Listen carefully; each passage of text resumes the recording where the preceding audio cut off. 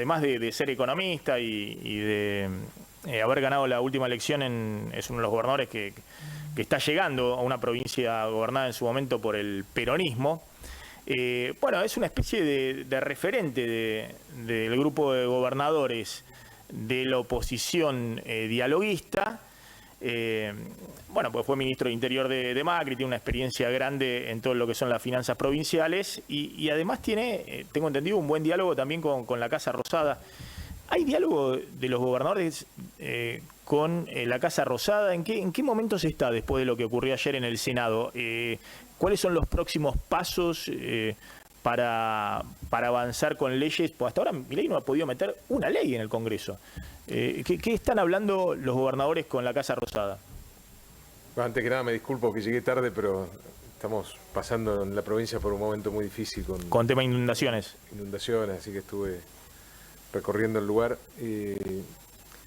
Bueno, el diálogo se retomó, se había parado después de lo de la ley bases en la Cámara de Diputados y bueno, a partir del discurso del presidente en la apertura del Congreso, el diálogo se retomó, volvimos a conversar, tuvimos ya una reunión, se planteó un apoyo mayoritario a los 10 puntos que planteó el presidente para el Pacto de Mayo y se decidió también en esa mesa retomar la idea de la ley bases reformulada, ¿no? Más simplificada, metiendo también o incorporando cuestiones fiscales o cuestiones laborales que son determinantes para el futuro de la Argentina que se habían dejado de lado en el primer intento. Bueno, ahora hay que trabajarlo en el Congreso, ¿no? Como toda ley. Espero que esta vez sí el presidente pueda tener las herramientas que viene reclamando desde hace ya algunos meses. En base a su experiencia, ¿cree que el diputado puede también rechazar el DNU y ahí se cae directamente el DNU, las dos cámaras? ¿O hay un grupo de diputados que pueden frenar, en todo caso, que respondan a los gobernadores, que pueden frenar que se caiga el DNU también en la Cámara de Diputados? Bueno, no hice el análisis fino de sí, número por número, pero me parece que el gobierno tiene más complicado el Senado que la Cámara de Diputados, porque bueno, el kirchnerismo en el Senado tiene un número muy cercano a la mayoría, ¿no? Y ahí hay algunos pocos senadores que son determinantes. Espero que el decreto del DNU no se caiga en diputados, creo que hay chances de que eso no ocurra. Por lo menos que no se discuta hasta después de discutir la ley bases y el Pacto de Mayo. Me parece que este apresuramiento por discutir la validez o no de un decreto de necesidad de urgencia, cuando hay cientos de decretos de necesidad y urgencia que duermen en el Congreso, me parece que claramente tiene otra intencionalidad. Entonces, yo no digo no discutirlo. Estamos en el marco de una negociación más importante, de un acuerdo importante de 10 puntos trascendentales, desde mi punto de vista, para la Argentina, de una ley base que el presidente plantea con mucha claridad que necesita como herramienta para gobernar. Bueno, no tengamos tanta ansiedad para discutir un DNU cuando, insisto, hay cientos de DNU durmiendo la siesta desde hace años. ¿Por qué el presidente no recibió hasta ahora que se ha abierto esta negociación, el Pacto de Mayo, no recibió a los gobernadores? Se comenta que la reunión que tuvieron el viernes pasado con el ministro Franco y el jefe de gabinete Pose, ahí los gobernadores le plantearon, primero que el presidente dejara de estigmatizar o agredir o insultar vía redes a algunos gobernadores. Y en segundo lugar, que hubiera bueno, algún tipo de diálogo directamente con los propios gobernadores. ¿Es así? Bueno, yo creo que ese diálogo tiene que existir. Somos un país federal, sí, un país complejo, muy heterogéneo, con 24 realidades distintas, sumadas a las del gobierno nacional. Me parece que tiene que ser natural, ¿no? La interacción, la discusión, la conversación entre los gobernadores y el presidente. Espero que se haga habitual. Este es un gobierno que recién empieza, claramente con poca experiencia en general en sus funcionarios. Yo creo que ese diálogo es necesario en la Argentina en un momento dificilísimo, probablemente el peor momento, por lo menos que yo recuerdo, desde el 2001 seguro, y la perspectiva de la profundización de esta crisis puede superar en algunas cuestiones a la crisis del 2001. Así que en esta coyuntura tan difícil creo que tenemos que estar muy unidos, por lo menos aquellos que no queremos volver al pasado, ¿no? Que apostamos y que queremos que al presidente le vaya bien, porque lo necesitamos para que a la Argentina le vaya bien, para que a mi provincia le vaya bien, para que a los entrerrianos le vaya bien. ¿Y cómo, qué es lo que viene, no? Hoy el presidente, a ver si lo podemos escuchar, dijo que, bueno, que en marzo iba a ser duro, tengo entendido que también abril. Marzo ya es duro. Claro. Es duro. Hay una tendencia de desinflación, pero hay una recesión que se está profundizando, hay suspensiones, despidos, hay que ver dónde queda el nivel de actividad y el empleo. Fíjense lo que decía Milei.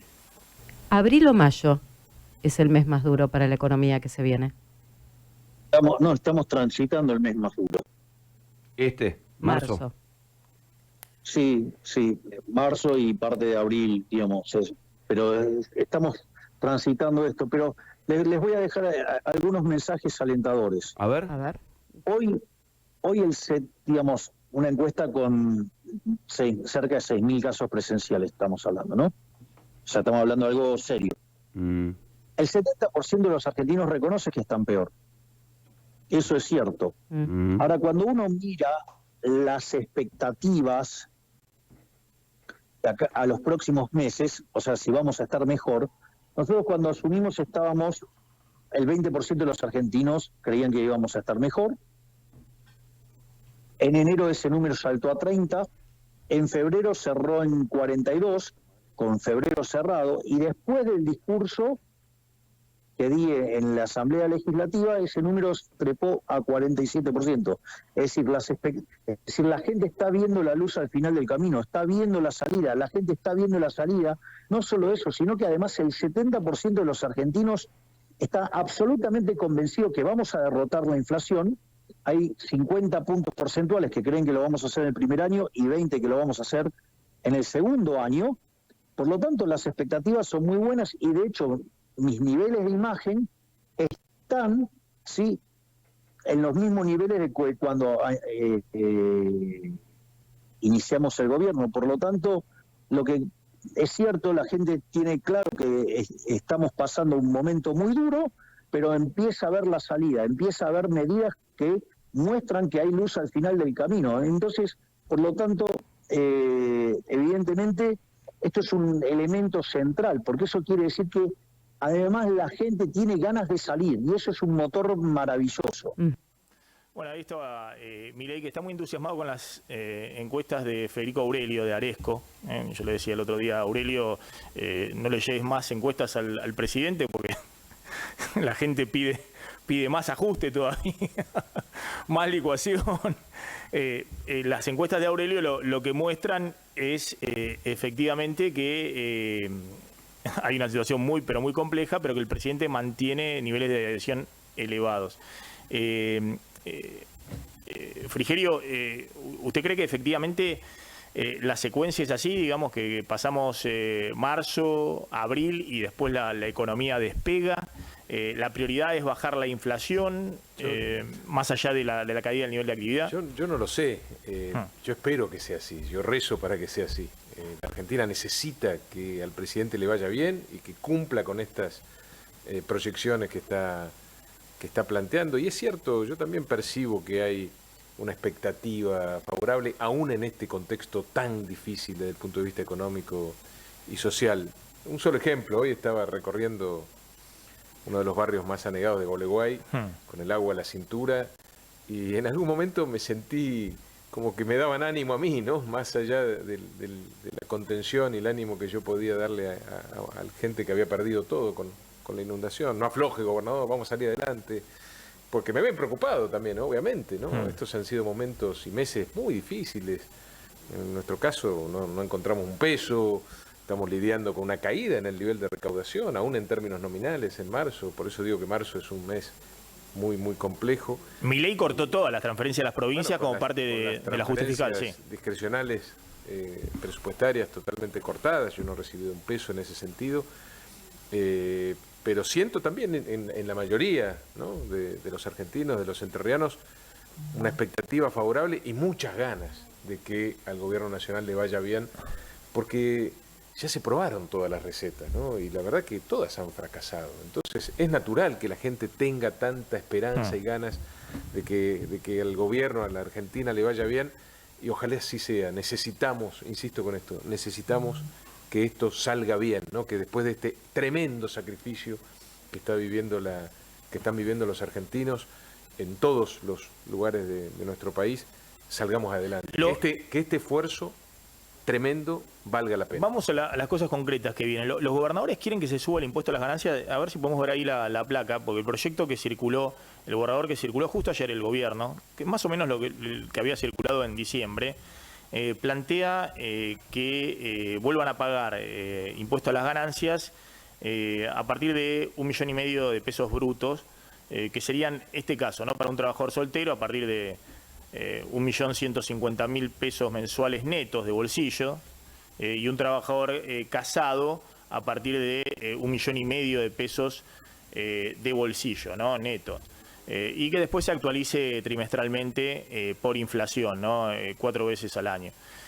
Ahora, si uno ve, bueno, cuánto más tendría que la placa siguiente, que cuánto más tendría que pagar ese trabajador, que obviamente ahí es una clase media que está sufriendo el aumento de los colegios privados, el aumento de la prepaga, el aumento de las tarifas de servicios públicos, luz, ahora viene con todo el gas, el aumento del combustible, el seguro del auto, todos los costos de mantenimiento vinculados a las patentes también que subieron en todas las provincias. Un soltero ya con un sueldo bruto de 1.800.000 pesos, que está exento de ganancia, va a pagar 80.000 pesos mensuales adicionales, que se lo sacan del sueldo directamente. Y un soltero sin hijo con sueldo bruto de 2.340.000, que es hoy el límite a partir del cual se paga el piso actual, va a pagar más de 200.000 pesos mensuales de impuesto a las ganancias, que directamente el 10% del sueldo que bajaría nominalmente. Entonces, y el gobierno quiere, tengo entendido también los gobernadores, por la necesidad, por la caída de recaudación, que esto avance rápidamente para que se pueda empezar a cobrar, no sé, a partir de abril y ya. A ver, primero tenemos que dejar de llamarlo impuesto a las ganancias, ¿no? Porque la verdad que ese es un error. Todos los países del mundo, todos cobran impuestos a los altos ingresos. Y este piso que se hablaba recién en lo que veíamos recién de 2.300.000 pesos, estamos hablando del 5% que más ingresos tiene en la Argentina, ¿no? Insisto con esto, todos los países del mundo le cobran un impuesto progresivo a los salarios, los ingresos más importantes de la sociedad. Cuando en marco de la campaña electoral... Pero por ejemplo, yo mostraba que un trabajador con hijos, con dos hijos y demás... No quiero meterme exactamente en los números porque no los vi. No, pero a partir de 1,5 millones, un trabajador con hijos paga impuesto a la ganancia, ¿no? Va a pagar si esto prospera. Ahora, y la línea de pobreza está en la mitad, en 700.000 pesos. Discutirlo, por eso digo. Primero, no es un impuesto a la ganancia porque eso no... altos ingresos, perdona, altos ingresos. Pero tampoco son altos ingresos. Bueno, pero para la Argentina sí, ¿no? Insisto, en el marco de la campaña electoral del año pasado, el oficialismo planteó esta decisión de eliminar la cuarta categoría, y yo estuve en contra, porque no es el peor impuesto que se cobra en la Argentina. Hay muchos peores impuestos que atentan más contra los más vulnerables, que atentan más contra la competitividad, contra la producción, contra el empleo. Yo bajaría antes el impuesto al cheque, las retenciones, ingresos brutos, el IVA, bajaría el IVA, que es un impuesto que en su momento lo propició Massa y lo apoyó Milei, la baja. Y el PRO estuvo en contra. Yo creo, y el radicalismo también. Yo creo que esta decisión del Gobierno Nacional de plantear la discusión nuevamente en el Congreso también es reconocer que no fue una buena idea la decisión que se tomó, demagógica, en el marco de la campaña. Pero bueno, hay que discutirlo. Estas cuestiones hay que discutirlas. Los gobernadores van a acompañar esta discusión en el Congreso. Hay que discutir el piso, después los números, las escalas. Sí, por supuesto que sí. Para mi provincia, la decisión demagógica del año pasado representa una masa salarial menos por año. Una nómina salarial por medio. Yo estoy dispuesto. ¿Cómo no voy a estar dispuesto a discutir un proyecto, además, que que envía el Ejecutivo Nacional. Me parece que corresponde que lo discutamos y que si consideramos, como además, esto además nos lo planteó el gobierno, es una exigencia de los organismos multilaterales. Del FMI, es una exigencia clara. Porque la Argentina no puede ser el único país que no cobra este impuesto sobre los ingresos más altos. Y de hacer sustentable también el equilibrio fiscal, porque ahora vamos a hablar después de la tanda, porque uno tiene la impresión de que hoy el equilibrio fiscal se está sustentando en la licuación de las jubilaciones, por ejemplo. Tampoco podemos sustentar el equilibrio fiscal en el tiempo con los jubilados o cortando todos los grifos de gastos del Estado. Eso no es sostenible en el tiempo y tenemos que rediscutir. Por eso está bien, me parece que en la discusión de la ley bases también se incorpore el capítulo fiscal que impacta en el gobierno nacional, en las provincias y en los municipios. Vamos a ir a la tanda cuando volvamos, voy a hablar también con Gustavo Marangoni, porque uno tiene la impresión de que Milei, si dialoga y negocia con un sector de los gobernadores o de los legisladores, del PRO, del radicalismo, puede conseguir mayorías. Es decir, porque uno lo escucha a Frigerio y dice, bueno, a ver cómo te podemos acompañar. Tiene que reperfilar el personaje que él mismo ha construido, porque hoy cuesta asociar la figura de Milei con el diálogo, porque él alimenta permanentemente con sus declaraciones. Que todos son la casta. Justamente. Que todos los gobernadores son la casta. Cuando él es el látigo de la casta. Pero yo creo que ahí hay como una matriz común entre, por tomar dos referentes que están en las antípodas ideológicas, ¿no? Néstor Kirchner y Javier Milei. Los dos surgen de la debilidad. En el caso de Néstor Kirchner, porque no tuvo la oportunidad de una segunda vuelta. Y en el caso de Milei, por lo que vemos en el Congreso o en la realidad territorial, que no tiene representación. Entonces, en el inicio parece que se ven llamados a sobreactuar a autoridad. Dime de lo que te jactas, dice ese dicho coloquial, y te diré de lo que careces. Y en general también rigoreando a sus propios espacios. En el caso de Néstor Kirchner, cuando arrancó, al peronismo, porque lo tenía que reunificar alrededor de él. Y en el caso de Javier Milei, al espacio no peronista y antiperonista, porque lo quiere reunificar alrededor de él. En el caso de Néstor Kirchner ya sabemos cómo fue la historia. No quiere decir que se repita. La historia no necesariamente se repite, pero en algunas cosas rima.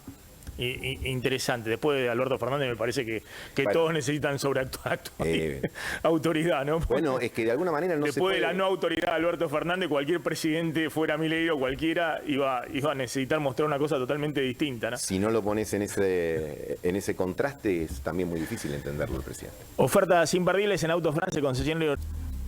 Seguimos. Hoy les decía, el ministro de Economía, Luis Caputo, anunció que hubo también superávit, no solamente primario, operativo, recaudación versus gastos, sino también después del pago de intereses de la deuda, superávit financiero, 2 meses consecutivos.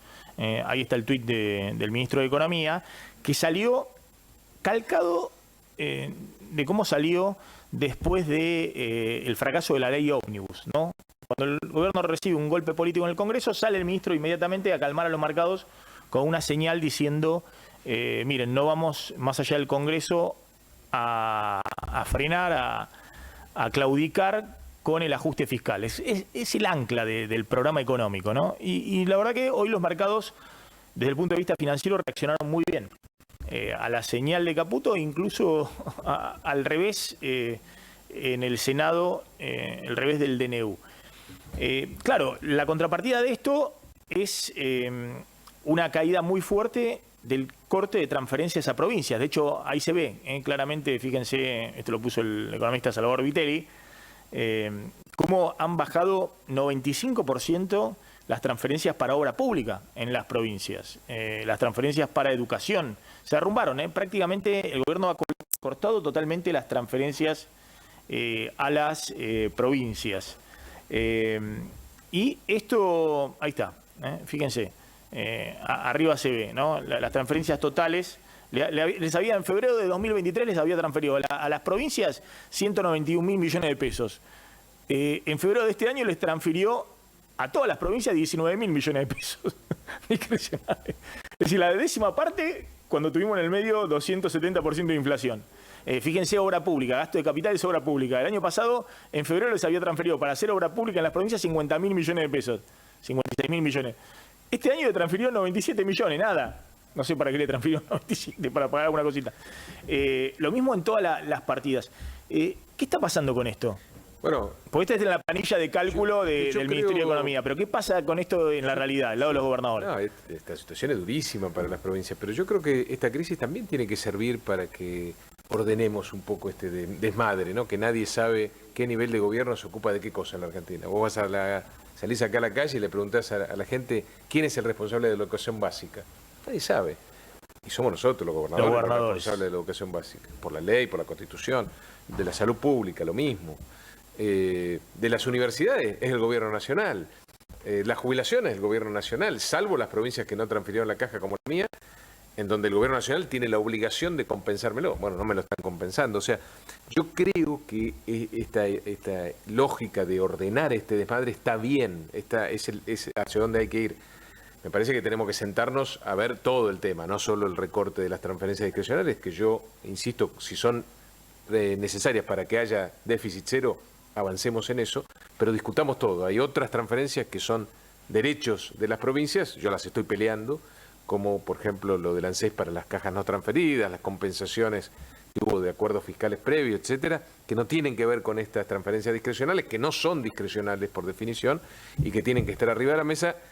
Se discutieron en la reunión de la semana pasada con las autoridades nacionales y se planteó que esos temas van a seguir discutiéndose, independientemente de lo cual muchas provincias ya hicieron reclamos por la vía administrativa, por la vía judicial. Ojalá que nos podamos poner de acuerdo. Yo creo que el norte de hacer el esfuerzo máximo para que finalmente tengamos equilibrio en las cuentas públicas es algo que hay que hacer. Lo hago yo en Entre Ríos. Yo hice un ajuste a la política mayor que la del gobierno nacional. Yo reduje pero a la mitad. Lo que no hice fue cortarle todo a los municipios. Claro, pero hay una especie de confusión. Una cosa es, ¿quién puede estar en contra de que le corten a la casta, Claro, a la casta política? Todo el mundo pide que le corten a la casta política. Ahora, el 35% del ajuste en febrero, según los números del IERAF, fue el ahorro en jubilaciones.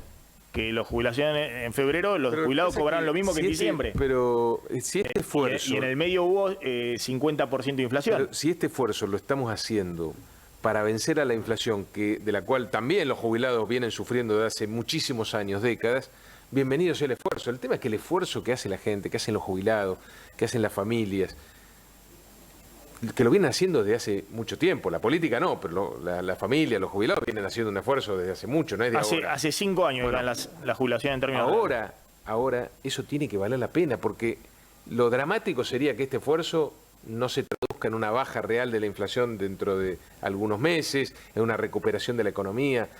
Eso sería dramático, porque la expectativa favorable de la gente está en eso, es en hacer el sacrificio para que esta vez sí, después de muchísimo tiempo, este esfuerzo valga la pena. Gustavo. Siempre que se mencionan los esfuerzos, desde el punto de vista de análisis, donde te quieras parar, aparece la visión de cómo se distribuyen esos esfuerzos. Cuando vos señalabas el mapeo, digamos, más preciso, más oportuno de lo que ha pasado con el gato, ves los jubilados, ves que no se paga la cuenta de nafta, vamos a decirlo así, no se paga camisa, ¿no? No se paga energía, se pisan muchas cosas. Pero además también se deprimen los salarios reales, las jubilaciones. También desde ese punto de vista, me imagino que va a ser muy controversial la propuesta de volver a llevar un impuesto, digamos, a determinados sectores asalariados, que a lo mejor yo diría hoy hay que mirar mucho la franja media. Lo de ganancias. Sí, pero también lo que dice Frigerio, el jubilado gana 200.000 pesos y estamos hablando del piso de ganancia en 2 millones. Ahora que gana 2 millones te dice, bueno, pero la prepaga, el colegio de los chicos, el mantenimiento del auto me lleva más de la mitad del sueldo. Creo que a medida que vayan pasando las semanas y como dicen, creo que en ese sentido hay un consenso en oficialismo y oposición. Todos te dicen, estamos mal y los próximos meses no vienen mejor, vienen peor. Marzo, abril, mayo, después se verá. El presidente dice, ve corta, rebota. Pero ahí también hay un tema, un supuesto que habrá que analizar. Para el presidente, todo lo que tiene que ver con la economía real es añadidura. En la medida que se estabilice la economía, eso se recupera inmediatamente. Bueno, ahí hay, yo te diría, una suerte de dogma de fe. Puede ser así o no, dependerá de otras cosas y de otras cuestiones. Me parece que justamente el Congreso, es como la caja de resonancia para poder discutir todo eso. Pero volvemos al punto de partida de este programa. Eso requiere algunas condiciones para poder hablar. Algunas tienen que ver con modales y otras tienen que ver con modelos. No es solo modales, es que la forma de ver cómo se distribuyen los esfuerzos, en última instancia, para que puedan ser ¿Cómo advertidos se reparten los costos? como Hoy hubo una necesario y señal que el gobierno está tomando nota también de que es que el aumento de colectivos en el AMBA, que estaba previsto hacer un aumento también importante a partir de abril, se secuenció.